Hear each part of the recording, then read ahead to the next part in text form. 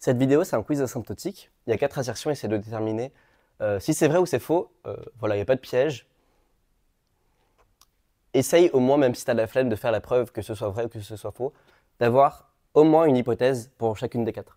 Pour que dans la résolution, tu te dises « Ah bah tiens, oui, je pensais ça, mais je pensais pas ça. » Donc ça, c'est 4 trucs qui sont quand même assez importants. Bon, celui-là un peu moins, mais les 3 autres, pardon, très importants.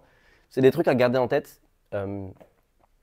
Voilà, donc c'est assez important que au moins tu as une hypothèse là-dessus, comme ça tu te souviendras plus. Ah bah tiens, je pensais que l'équivalence ça passait à l'exponentielle alors que pas du tout, ou inversement. Ok? Je te laisse mettre une hypothèse, je te fais confiance, fais pause pour essayer d'avoir une hypothèse sur n'importe laquelle des 4. Donc la 4, c'est, on suppose que un est équivalent à Vn, que un tend vers plus l'infini, il faut montrer que... Et on se demande si ça implique ln de un équivalent à ln de Vn. Voilà, je te fais confiance. Maintenant, je vais résoudre les trucs. Premier truc, en fait, c'est faux. L'exponentielle, ça va très vite vers l'infini et ça ne préserve pas du tout l'équivalence. Une manière de le voir, c'est que tu es sans doute au courant que n, c'est équivalent à n plus 1, juste parce que le quotient des deux tend vers 1. Par contre, l'exponentielle, elle fait une grosse différence entre n et n plus 1 parce que ça passe au produit. Donc c'est ça l'idée, c'est que l'équivalence ne passe mal à la somme, alors que l'exponentielle, l'équivalence s'en fiche un peu de la somme. En gros, ce que tu as, c'est que si tu as une somme de suite, en général, ça va être équivalent soit à xn, soit à yn, dans la plupart des cas. Donc ça passe mal à l'équivalence, enfin ça ne voit pas trop ce qui se passe dans des sommes, l'équivalence, alors que l'exponentielle fait une grosse différence quand il y a des sommes. Ok? Et donc on a n équivalent à n plus 1, alors qu'on n'a pas en équivalent à e de n plus 1. Ok? La question 2, par contre, ça c'est oui. En fait, c'est juste une écriture de ce que c'est que être équivalent. Donc, E de un équivalent à Vn, ça c'est équivalent à... C'est juste la définition E de un sur E de Vn tend vers 1. Ça équivaut... c'est juste une réécriture à ça. Et ça équivaut à ce que un moins Vn tend vers 0. Alors, les deux sens sont... en fait, découlent du fait que l'exponentielle, c'est un inverse qui est continu. Si je vais faire ce sens-là vers ce sens-là, j'applique le logarithme, qui est du coup une fonction continue, et donc j'ai ça. Okay. Si je suppose que j'ai ça, j'applique le logarithme, pardon, donc j'ai ça. Et dans l'autre sens, j'applique l'exponentielle, qui est aussi une fonction continue. Okay. Donc cette équivalence-là nous donne l'équivalence-là, parce que un moins Vn tend vers 0, c'est exactement dire que un moins Vn, c'est petit o de 1. Ok. Assertion 3, un équivalent à Vn, un strictement positif, implique ça. Donc cette hypothèse-là, elle est un peu louche. Moi, elle m'avait fait paniquer quand j'avais vu cet exercice. En fait, on veut parler de ln de un, donc il faut supposer que un est strictement positive. On a envie de faire on aurait besoin de faire la même chose sur Vn, sauf que tu es sans doute au courant que si j'ai un équivalent à Vn, et que un et Vn ne s'annulent pas à partir d'un certain rang, on va supposer que c'est le cas pour tout cet exercice, parce que sinon c'est un peu relou, on a que Vn et un de même signe. De même signe strictement, c'est-à-dire que si Vn est nul à partir d'un certain rang, alors un est aussi nul, si on a un équivalent à Vn. Enfin, en fait, juste s'il y en a un qui est nul, on n'a pas défini ce que c'était que l'équivalent. Mais voilà, c'est de même signe. Dans la plupart des cas, en fait, juste Vn ne s'annule pas, strictement positif par exemple, et donc un va être forcé à être de même signe. Et donc dans ce cas-là, comme un est strictement positive, on a gratuitement que Vn est strictement positive. Ok? Donc je rappelle pourquoi, parce que si rien ne s'annule, l'équivalence, ça veut dire que l'équivalence, elle nous dit que un sur Vn tend vers 1.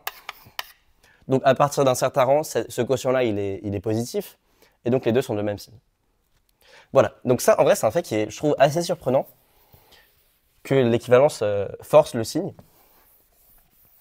Et en fait, c'est ça qui va faire que cette implication-là ne marche pas, parce que si je prends un qui est égal à 1, ou disons 1 moins 1 sur n, si je prends Vn qui est égal à 1 plus 1 sur n, on a bien que les deux sont équivalents. Par contre, ln de un, c'est positif, parce que le ln, je rappelle que ça ressemble à ça.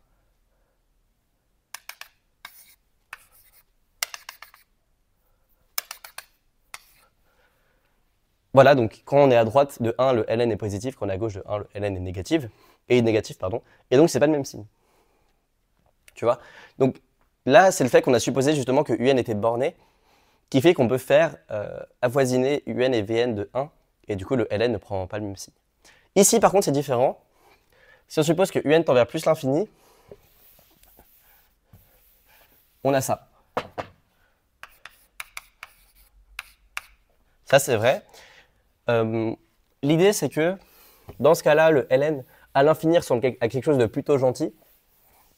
Donc en 0, il est quand même un peu bizarre parce qu'il y a cette explosion en 0 et il change de signe en 0.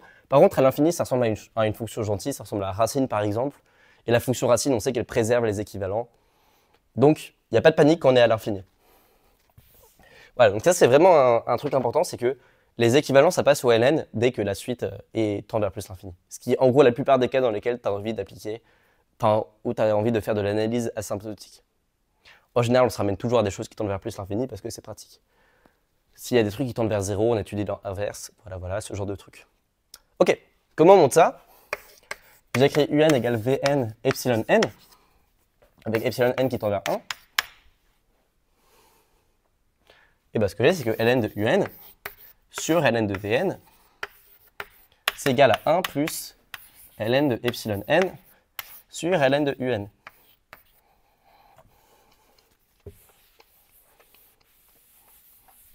Ok?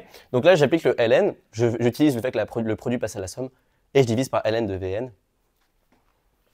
Ici, c'est un ln de Vn, pardon.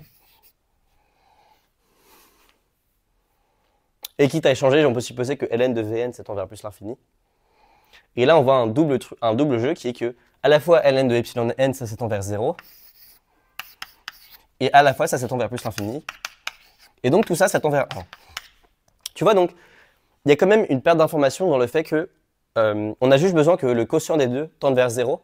Et en fait, on a plus fort que ça, on a que ça tend vers 0 et que ça tend vers plus l'infini. Donc, ça explique le fait qu'on ne puisse pas passer au logarithme. On ne puisse pas passer les équivalents à l'exponentielle parce qu'il y a une perte d'information quand tu passes au logarithme qui est que tu perds l'information de ce qui se passe sur le ln de epsilon n et tu perds ce qui se passe sur le ln de Vn. Tu retiens juste le fait que le quotient des deux tende vers 0. Ok? Donc, passer au ln, en général, ça ralentit ce qui se passe. Quand tu as des convergences qui sont très fortes, ça ramène tout à des choses assez tranquilles. Et notamment, ça préserve l'équivalent. Sous des conditions gentilles. Voilà. Donc, souviens-toi, vraiment, c'est important que l'exponentielle ne se passe pas aux équivalents. Souviens-toi du contre-exemple n plus 1 équivalent à n. Ça, c'est un contre-exemple qui est très utile dans la plupart de questions comme ça. Enfin, quand on est en train de manipuler des équivalents, de se souvenir que l'équivalent, ça passe très mal à la somme. Mon prof de spé, il avait vu quelqu'un en colle écrire à la fin d'une formule genre xn équivalent à yn plus zn. Et il était devenu complètement fou parce que forcément, ça peut se simplifier. Enfin, il disait que vraiment, il fallait interdire de mettre des sommes dans des équivalents. Voilà, parce que l'équivalent ne passe pas à la somme.